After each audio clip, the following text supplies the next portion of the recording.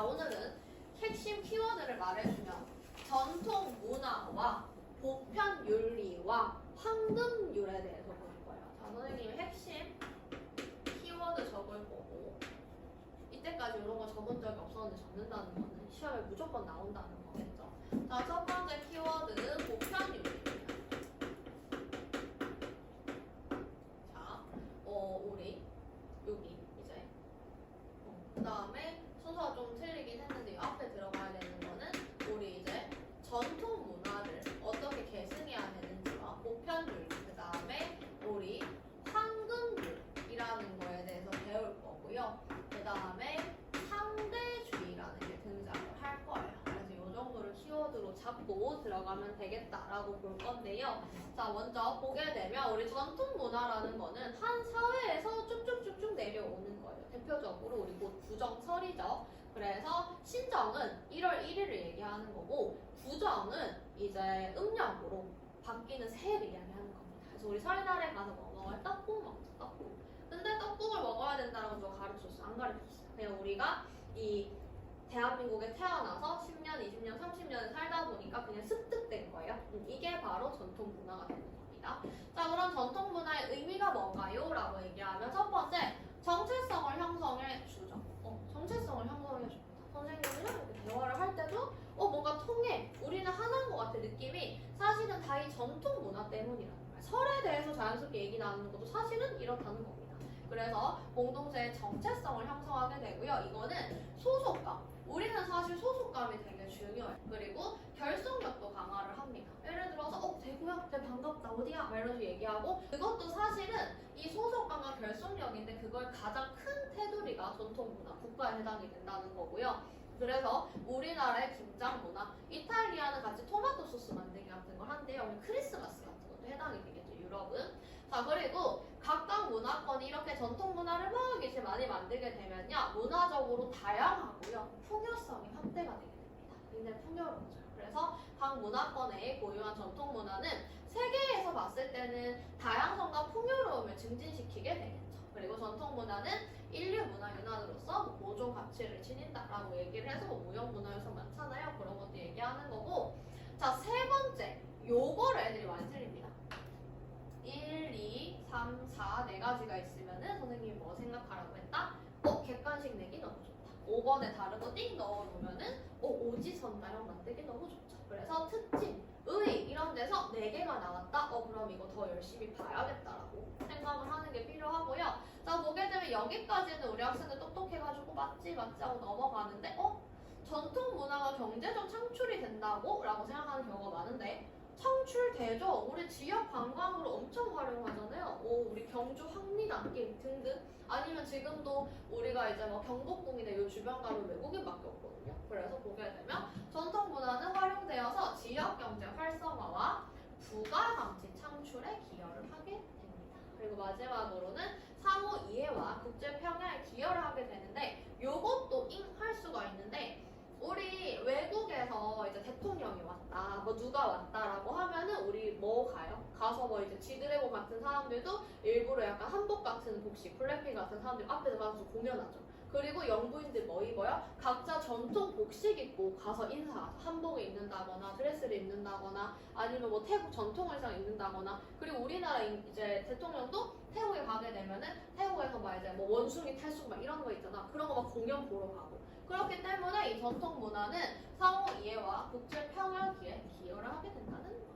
그래서 사회 문제를 풀다가 하는 부분이 들잖아요. 그럼 너무 긴장하지 말고 읽어봐요. 그러면 이해되는 부분이 많아요. 그래서 이렇게 볼 수가 있고요. 자, 근데 전통 문화의 역할은 변화되고 있습니다. 고정되어 있지 않아요. 전통 문화는. 가끔 어떤 학생들은 선생님 전통이잖아, 고정된 거 아니에요? 라고 얘기하는데, 고정되면 썩습니다. 도태돼요. 그렇기 때문에 전통 문화는 변화하고 있는데요. 의의와 역할은 시대 상황, 사회 구성원의 가치관, 역사적 경험에 따라서 지속적으로 변화하고 있습니다. 지속적으로. 요거 은근 많이 틀려요. 지속적으로 계속해서 변화하고 있습니다. 그래서 이거 기억해야 되고요. 자, 그 다음에 선생님이 정리해놓은 거 읽어보면 되고, 자, 우리한테 중요한 거는요, 밑줄 칠게요. 창조적 계승과 발전입니다. 창조적 계승. 발전과 발전. 자, 우리 전통 문화는요, 계속 변해가는데요. 우리는 창조적인 방법으로 계승, 이어가면서 발전시켜야 된다는 거예요. 그래서 보게 되면 문화 간 교류의 확대와 세계화가 진행이 되게 되면서, 자, 밑줄. 세계화가 진행되게 되면서요, 전통 문화가 오히려 소멸되거나 문화가 획일화되는 현상이 나타나요. 자, 우리가 기억해야 될 거. 전통 문화를 왜 창조적으로 계승하고 발전시켜야 되는데 라고 얘기하면 그 이유는요, 필요성이잖아요. 세계화가 되게 되면서 너무 빠르게 뭔가가 확산되고 퍼져나가. 그러다 보니까 구닥다리 같은 전통 문화는 자연스럽게 소멸돼 버리고 문화가 하나로 가게 되는 거죠. 자, 대표적인 예시. 우리나라 아이돌의 노래인데 영어밖에 없어. 왜 그런 느낌? 생각해주면 돼요. 그래서 오히려 획일화가 되게 되면서 이번에 뭐 JYP에서 국악 아이돌 나왔다고 얘기하잖아요. 그래서 그런 거 보고 오히려 좋다라고 하는 사람도 있고 별로다라고 하는 사람도 있지만 필요하다고 선생님은 생각을 합니다. 그래서 제니 노래 다 외국어. 물론 이제 뭐 우리나라에 있는 게 아니라 외국으로 진출해야 되니까 영어인 건 당연하긴 한데 그런 음악만 만들어지면 문제가 되겠죠. 그래서 이런 거 얘기를 할 수가 있는 거고요. 즉 전통 문화를 창조적으로 계승하고 발전시키는 방안이 필요하다. 왜? 세계화가 진행되면서 문화가 획일화되고 있기 때문에 이거 막상 맞추라고 그러면 못 맞춰요. 기억해줘야 되고요. 자, 그러면 창조적 해석이 뭔데? 라고 얘기하면은 대표적인 게 판소리를 현대적으로 재해석했다라고 해가지고 우리 막 선생님 이름은 기억 안 나는데 여자 댄서들 나와서 하는 거 있었잖아요. 스트릿 우머 뭔가 어쨌든 거기서 이제 그분들이 막 봉사탈출이랑 콜라보하고 이번에도 뭐 막 갓 같은 거 노윤서 씨인가 뭐 나와가지고 뭐 쓰러지는 퍼포먼스 하면서 막 갓 같은 걸로 하고 막 그런 거 하잖아. 그래서 그런 것처럼 옛날 판소리랑 현대식 댄서랑 합쳐서 뭔가를 만들기도 하죠. 그리고 박물관 굿즈, 우리 국립중앙박물관 가면은 굿즈샵으로 사람 다 빠집니다. 그래서 그런 것도 예시를 들 수 있고, 그 다음에 우리 김치 냉장고가 전통 김장도 원리를 활용을 했던 거고요. 그 다음에 우리 대표적으로 민족사관고등학교 같은 데 보게 되면 교복이 두루마리랑 한복이에요. 그래서 이런 것들로 변형을 한 게 우리 창조적 계승이다라고 할 수가 있습니다. 그래서 보게 되면 계승 방안은요, 첫 번째, 현대적으로 재해석을 해야 된다. 전통 문화의 본질과 가치는 유지하되 현대적으로 구닥다리면 사람들이 안 보니까 너무 당연한 말이고, 그 다음에 매체를 활용한 대중적, 일상적 향유 누리게 되는 향유 누리게 만들어야 된다라는 겁니다. 그러니까 자꾸 매체에 노출을 시키면서 사람들한테 대중화로 만들어야 된다는 거고요. 자, 그 다음에 대표적으로는 문화 수용에 대한 노력인데 여기서 어려운 단어 능동적이고 내가 직접적으로 하고 그 다음에 비판적 수용이라는 거. 우리 맨날 어른들이 얘기하잖아. 비판적으로 수용해야 돼. 비판적 글쓰기를 해야 돼. 라고 얘기하는 거 기억을 해줘야 되고요. 통합사회에서 제일 오글거리는 단어죠. 세계 시민의 자세를 함양해야 합니다. 우리는 글로벌 시대에 사는 세계화 있는 시민이에요. 그래서 막 대놓고 적혀 있어요. 세계 시민으로서의 아이들을 육성하고 교육하기 위해서 어쩌고 적혀 있습니다. 그래서 세계 시민 등장을 할 거고요. 계승의 의미는 독창성과 고유성을 유지를 하되 세계화 시대에 적합한 너무나 당연한 말들이 나와 있습니다. 너무나 당연한 말. 근데 당연하다고 넘어가면 선생님이 동그라미 친 것 같은 키워드에서는 조금 나갈 수가 있어요. 그래서 그런 것들 생각을 해줘야 되고 예시 같은 거 등장을 하게 됩니다. 자, 우리는 문화의 다양성에 대한 내용을 보고 가야 되는데요. 자, 문화의 다양성은 너무나 이제 마찬가지로 사회마다 문화가 다르게 나타난다라는 건데 예시를 들면 딱 이해가 되고 2단원이었던 자연환경과 인간생활과 연결이 되는 내용인데 한 사회를 둘러싼 자연환경, 산업, 종교, 관습이 다르기 때문에 문화적 차이가 일어날 수밖에 없어요. 자, 첫 번째 예시, 교과서에 있는 예시입니다. 자, 스위스는요, 국토 대부분이 산입니다. 그렇기 때문에 소 같은 걸 키우는 목축업이 발달을 했고요. 그렇기 때문에 치즈가 굉장히 많습니다. 그래서 스위스 음식의 대부분은 치즈 요리래요. 자, 두 번째, 우리 일본에 가게 되면 일본은 섬입니다. 섬이기 때문에 수산업과 농업 같은 것들, 이제 주변에는 뭐 땅에서 벼농사 같은 것도 하기 때문에 우리는 그러면 수산업과 농업이 콜라보가 되는 게 뭐예요? 스시죠, 스시. 그래서 이렇게 볼 수가 있는 거고. 자, 혹시 요 짤 아나요? 알죠? 아네. 선생님 때 유행했던 거. 선생님 고딩 때 유행했던 거예요. 그래서 남학생들이 맨날 쉬는 시간마다 이거만 따라오고 있어요. 그래서 이게 되게 유명한데, 자, 우리가 장례 문화라고 하면 우리나라는 3일장인데 혹시 왜 3일 동안 장례를 치르는지 아나요? 살아날 수 있어서. 혹시나 살아날 수 있다고 생각을 해서 3일장을 치르는 건데, 지금은 이제 그 보관하는 곳에다 신신하게 냉동 보관을 해놓지만 옛날에는 병풍 뒤에다가 실제로 관을 뒀어요. 그래서 혹시나 두드리지 않을까라는 생각을 했던 거죠. 어쨌든 그러한 풍습이 있는데, 티베트 같은 경우에는요, 기후가 춥고 건조해. 춥고 건조하면 지금 같은 건데 잘 안 썩잖아. 그래서 우리가 음식 같은 거 막 배달시켜놓고 깜빡 잠들어도 안 상해 있잖아. 여름이 다 상해 있잖아. 그런 것처럼 시신도 부패가 잘 안 되는 거야. 어떻게 처리를 할까라고 생각을 하다가 독수리의 먹이로 주자. 그러니까 그 사람이 죽으면 저기 들판에요, 이렇게 시신 이렇게 펼쳐놔요. 그러면 독수리들이 와서 이렇게 먹고 가겠죠. 그러면 우리 입장에서는 막 슬프고 싫을 수 있는데, 얘들은 뭐라고 생각을 하냐면 이 독수리가 먹고 날아감으로써 이 죽은 이의 영혼이 하늘을 올라간다. 뭐 시신 처리를 위한 정신 승리일 수도 있어요. 근데 어쨌든 이렇게 생각을 합니다. 자, 그래서 티베트에서는 이렇게 펼쳐놓는다는 거고, 자, 이거는 바로 아프리카 가나인데, 가나는 어떻게 생각했냐면 사람이 죽으면 그냥 무조건 좋은 데로 간다고 생각을 했어, 지금보다. 그러니까 이거는 축제라는 거야. 좋은 곳에 놀러 가. 그래서 이렇게 사람들이 막 선글라스 끼고 간 어깨 메고 막 춤추잖아요. 그래서 고인의 귀를 축복한다라는 식으로 해서 이렇게 우리는 문화가 다양하다라는 예시 나와 있는 거고, 정리 봐줘야 되는데, 자, 그러면 여기서 요거까지는 좋아. 요거까지는 배웠어. 근데 하나 더 선생님이 정리해 놓은 건요. 자, 그러면 이걸 예시를 아까 가나나 티베트나 일본이나 스위스의 예시를 놔둬놓고, 자, 그럼 여기에 대한 문화 이해 방법이 뭔데? 라는 게 시험 문제 나올 수가 있습니다. 그럼 뭐라고 해야 될까? 문화 형성의 배경 요인을 봐야 된다고. 적거나 쓸 수가, 아니면 맞출 수가 있어요. 문화 형성의 배경 요인을 알아야지. 가나에서 왜 춤추면서 관을 옮기는데? 몰라 그러면 안 되겠죠. 아, 토착 신앙이 뭘로 죽으면 좋은 곳에 간다고, 이런 게 있어야 이해가 되잖아요. 그래서 문화 형성의 배경 요인과 함께 봐야 된다라는 거고요. 자, 별표 치겠습니다. 문화 상대주의. 별이 5개.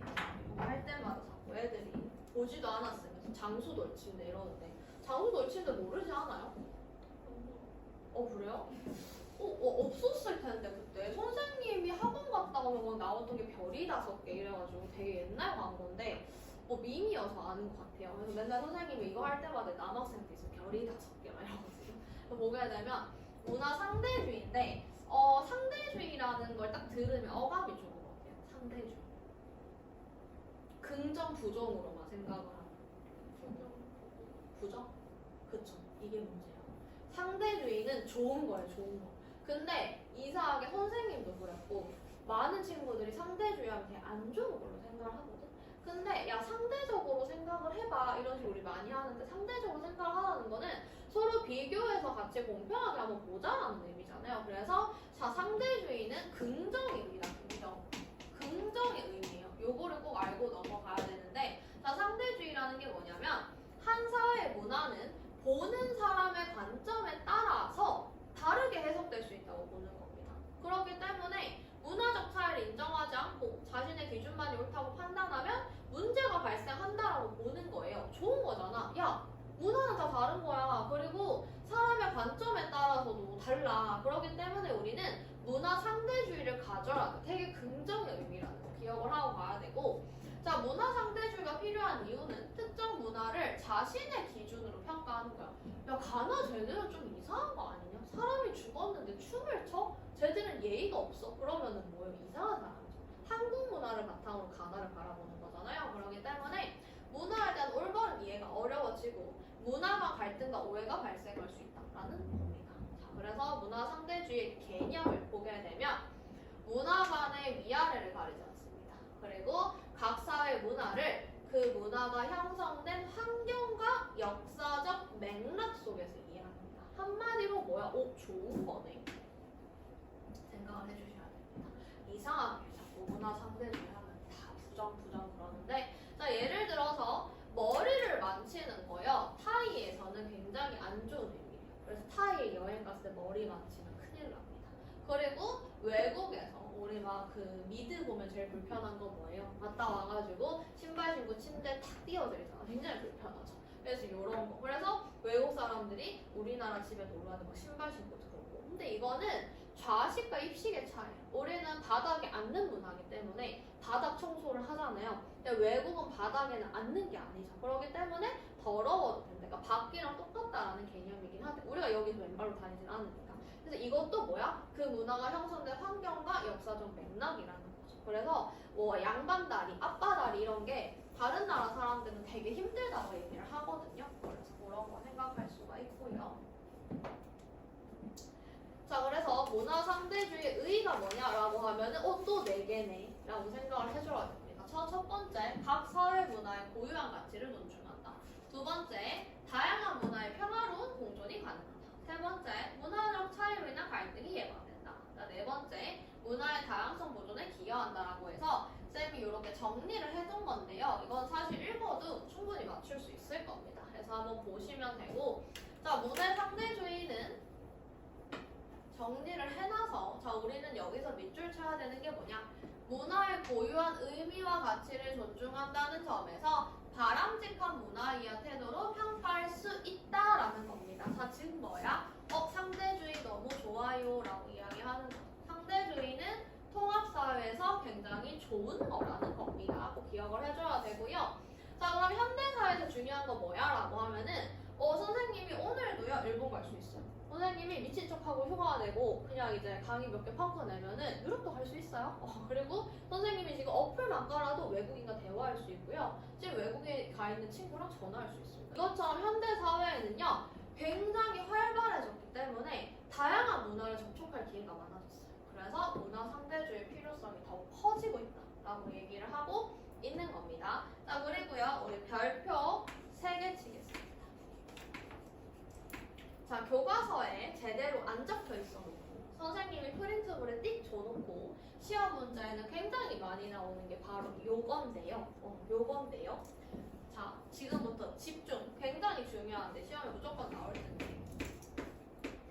자, 우리 상대주의가 되게 좋은 거라고 배웠잖아요. 근데 이 상대주의와 비교가 돼서 나오는 2가지 관점이 바로 요건데, 이 상대주의는 문화 간에 우열이 있다 없다? 우열은 없다였어요. 근데 우열이 있어 라고 얘기하는 2가지가 같이 자꾸 등장하는데, 첫 번째는 자문화, 스스로 자, 나의 문화, 내 문화, 한국 문화, 우리는 한국 문화, 자문화 중심주의. 뭘 하든지 간에 한국 문화 최고, 짱! 이렇게 얘기하는 거고요. 자, 그 다음에 2번째, 문화 사대주의입니다. 사대주의. 역사 시간에 조금 전에도 봤는데, 큰 나라를 섬긴다. 한마디로 미국 짱! 이렇게 생각하는 거예요. 우리나라보다 선진국이면 짱! 이렇게 얘기하는 건데, 이건 둘 다 뭐야? 우열이 있다라고 보는 거여서, 어떠한 예시를 줘놓고서 이게 셋 중에서 뭔지 묻는 문제가 되게 많이 출제가 됩니다. 자, 보게 되면 자문화 중심주의는요, 내 문화의 우월성에 빠져서 다른 문화를 부정적으로 평가하는 겁니다. 가나 되게 미개한 거. 타이 머리를 만지면 그래? 되게 이상한 거 아니야? 이렇게 생각하는 게 자문화 중심주의고, 문화 사대주의. 다른 문화를 자기 문화보다 우월하다고 하고, 자, 밑줄 칠게요. 다른 문화를 무비판적으로 동렬합니다.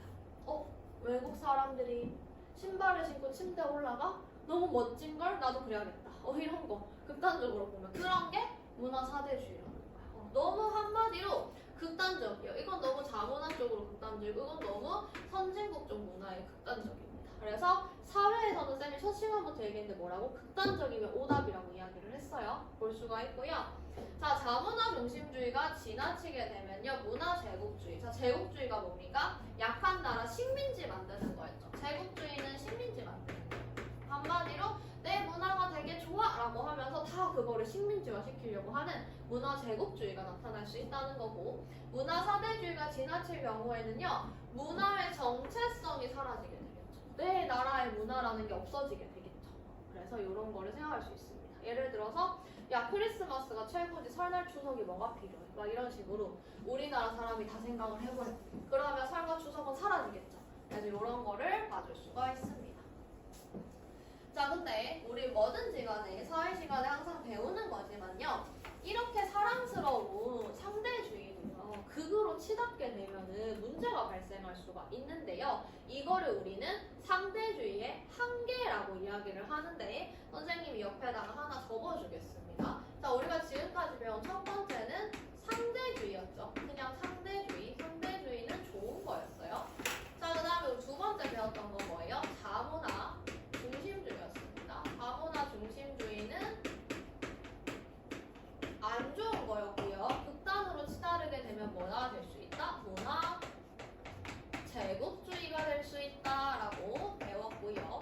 자, 그 다음에 우리 세 번째로 배웠던 거는 문화 사대주의였습니다. 선진국이면 무조건 좋아라고 하는 걸 배웠는데 요것도 안 좋은 건데 어떻게 갈 수 있다고? 정체성을 상실할 수 있다라는 거. 정기가 쑥쑥쑥 되고 시험 기간에 선생님처럼 그냥 이렇게 쓸 수 있어야 됩니다. 자, 그리고 플러스 알파로 네 번째 교과서 교육과정이 나오게 되는 게 뭐냐면 극단적 상대주의입니다. 자, 지금부터 배울 건데요. 극단적 상대주의에 대해서 배울 거고요. 자, 극단적 상대주의에 이어서 교육과정에서 나오는 게 뭐냐면 보편윤리에 대한 거를 배우게 될 겁니다. 지금은 보편윤리가 뭔지 모르니까 이거랑 연결이 된다고라는 요 도식도가 머리에 들어가야 됩니다. 그리고 앞에 극단적, 뭐든지 극단적이 붙으면 안 좋다고 이야기를 했었습니다. 자, 한번 보게 되면은 자, 문화 상대주의는 한계를 가지고 있어요. 왜냐하면 모든 문화를 다 존중할 수는 없어. 그게 무슨 말이냐고 얘기하면 우리나라 예시 어디 여자가 감히 아들 낳아야지 이거를 우리가 존중해야 될까요? 아니죠. 어디 여자가 감히 반바지를 입어 긴 한복치마를 입어야지 안 되잖아요. 안 되죠. 그리고 다른 나라 뭐 카스트 제도, 없어진 신분제도 살리는 거 등등등이 있을 수가 있는데 모든 문화는 안 된다는 거야. 그래서 교과서 제일 많이 다루는 예시는 노예제입니다. 노예제도 웬만한 나라의 다 문화인데 이것도 존중해야 돼? 라는 거죠. 자, 그래서 문화 상대주의는요, 인류 보편적 가치를 침해하는 문화는 인정을 할 수가 없다는 거예요. 그러니까 극단적 상대주의로 치닫으면 안 되고 상대주의에도 선은 필요하다는 거예요. 그 선이 보편윤리가 되는 겁니다. 자, 보게 되면요, 문제점은요, 모든 문화를 무조건 인정할 경우에 극단적 문화 상대주의로 이어지게 되는데 이 보편윤리라는 게 뭐냐면 보편적으로 적용되는 윤리란 뜻이거든요. 그래서 대표적인 예시가 인권, 자유, 그 다음에 뭐 살해나 폭력 같은 거 안 된다고 이야기하는 거야. 그러니까 모든 인간에게 보편적으로 해당이 돼야 되는 거. 그래서 이 보편윤리를 딱 기준으로 두고 어떤 나라의 문화가 이 보편윤리를 침해하잖아요. 그럼 이거는 우리가 다 같이 없애야 된다는 겁니다. 그래서 이렇게 얘기를 하는 거여서 보게 되면은 바람직한 문화를 이해하기 위해서는요. 위에는 배웠던 내용이고 극단적인 문화 상대주의로 흐르지 않도록 경계해야 된다는 겁니다. 경계해야 된다라고 이야기를 하고 있습니다. 그래서 우리 예시로 대표적으로 나오는 게 명예살인이라는 건데요. 선생님 명예살인에 대해서 설명을 하면은 여기 나오는 이제 예시는 비교적 최근 2023년도에 있었던 일인데 이라크에서 이제 이라크 출신 여성인데 유명 유튜버예요. 근데 이 유튜버가 어떻게 됐냐면은 가족들이랑 같이 이제 다른 나라에 여행을 갔다 티르키예로 여행 갔다가 너무 좋았던 거야. 그래서 나 여기서 좀 살겠다라고 하면서 본인의 삶이나 이런 거를 올렸는데 이제 유명 유튜버가 잘 살고 있었어요. 근데 이제 자신이 응원하는 팬이 이라크에서 뭘 한다고 해서 본국으로 돌아갔을 때 친아빠가 이 여자를 살해했습니다. 살해한 이유는 감히 가족과 같이 안 살고 다른 나라에 가서 살고 여자가 유튜버를 해서 자기의 사생활을 노출하고 이게 우리 집안의 망신이라는 거예요. 그래서 여자에 한정돼서 집안의 명예를 실추시키게 되면 가족들이 죽이는 거를 명예살인이라고 합니다. 말이 안 되는데요. 많이 자행이 되고 있어요. 예를 들어 선생님이 가족이랑 다 같이 일본에 여행 갔다가 엄마 아빠 나 일본이 너무 좋은 것 같아. 나 한 1년만 살다 갈게. 그리고 살면서 선생님이 유튜버가 됐어. 그러면은 축하해주겠죠. 야 내가 드디어 경제적 자유를 얻었구나 말을 할 수가 있는데 갑자기 선생님이 한국에 딱 왔다고 선생님 가족들이 선생님을 죽인다? 이상한 거잖아요. 근데 이게 이라크나 이런 데서는 당연시 되고 많이 자행되고 있습니다. 명예살인 유튜브에 치면요 최근 뉴스까지도 있어요. 계속 해외지고 있는 거야. 근데 우리가 이거를 인정해줘야 돼요. 이라크의 문화라고? 전통 문화라고? 아니죠. 근데 이거를 인정하자고 하는 사람들이 있어. 그 나라 문화잖아라고 해. 그러면 그런 사람을 극단적 상대주의자라고 얘기를 하는 겁니다. 자, 우리 보게 되면 그래서 보편윤리가 필요하다는 건데요. 시대와 지역을 모두 다 넘어서서 적용되는 객관적이고 일반적인 보편적인 윤리라고 해서 존엄성, 생명 존중, 자유, 평등, 정의 같은 거고요. 이거를 가지고 시험 문제에 굉장히 많이 나오는 게 황금률입니다. 선생님, 황금률이 뭔가요? 라고 얘기를 하면 자, 대표적으로 종교에서 말하는 건데요. 종교는 다른 나라에서 다른 사람이 다른 시기에 만든 거잖아요. 근데 모든 종교에서 공통적으로 말하는 게 있더라는 거야. 공통적으로 말하는 게 있는데 대표적인 게 이 보편윤리에 해당하는 내용이라는 거죠. 자, 보게 되면 유교는 내가 하고 싶은 게 아니면 다른 사람한테도 시키지 마. 그 다음에 불교는 어떤 일로 고통받았다면 그 방식을 다른 사람한테 하지 마. 크리스교는 남에게 대접받고자 하는 대로 너도 남을 대접해줘. 네가 공주처럼 살고 싶어? 너도 남을 공주 취급해줘. 라고 얘기하는 거고, 유대교는 너에게 해로운 일을 이웃에게 행하지 마라. 너는 아니라고 이웃한테 그러고 다니지 마라. 그 다음에 이슬람교는 나를 위하는 만큼 남을 이제 위하지 않는 사람은 이제 신앙인이 아니다. 그러니까 나를 위하는 만큼 남을 위해야지 신앙인이라고 할 수 있다라고 얘기하는 거고, 힌두교는 너에게 고통스러운 일을 다른 사람한테 하지 마라. 다른 시기, 다른 나라에서 만들어진 모든 종교에서 같은 말을 하고 있어요. 이거를 우리는 황금률이라고 얘기해요. 그러면 선생님, 갑자기 열심히 배우다가 보편윤리 하다가 황금률이 왜 나와요? 라는 질문이 들 텐데 그 이유가 이겁니다. 뭐냐면은요. 자, 우리 보편윤리의 필요성과 이런 것이 등장하는데 우리는 이 부분에 밑줄을 칠게요. 자, 보편윤리의 근거가요. 황금률이라는 거야. 자, 어떤 사람이 질문을 하는 거야.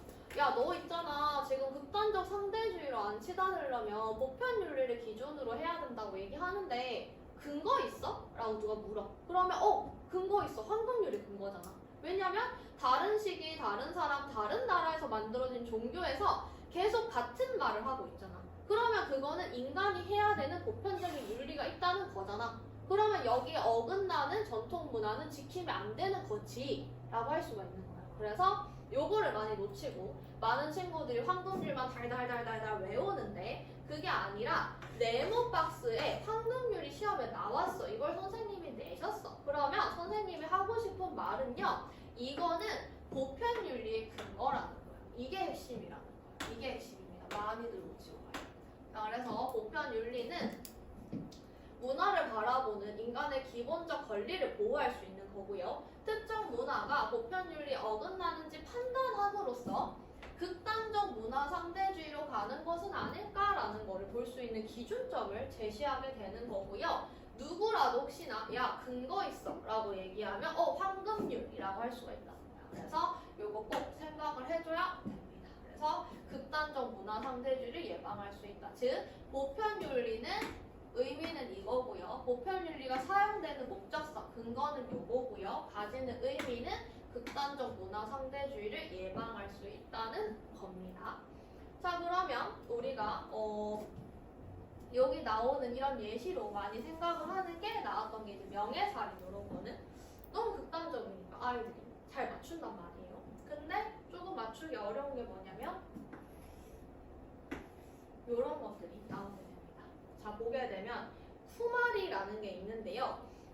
이거는 한번 유튜브에 찾아서 보는 거 추천을 하는데 쿠마리가 뭐냐면 네팔에서 5살 정도 되는 32가지를 다 충족하는 어린 여자아이를 뽑아요. 그래서 그 여자아이를 4에서 5년 동안 살아있는 여신으로 떠받듭니다.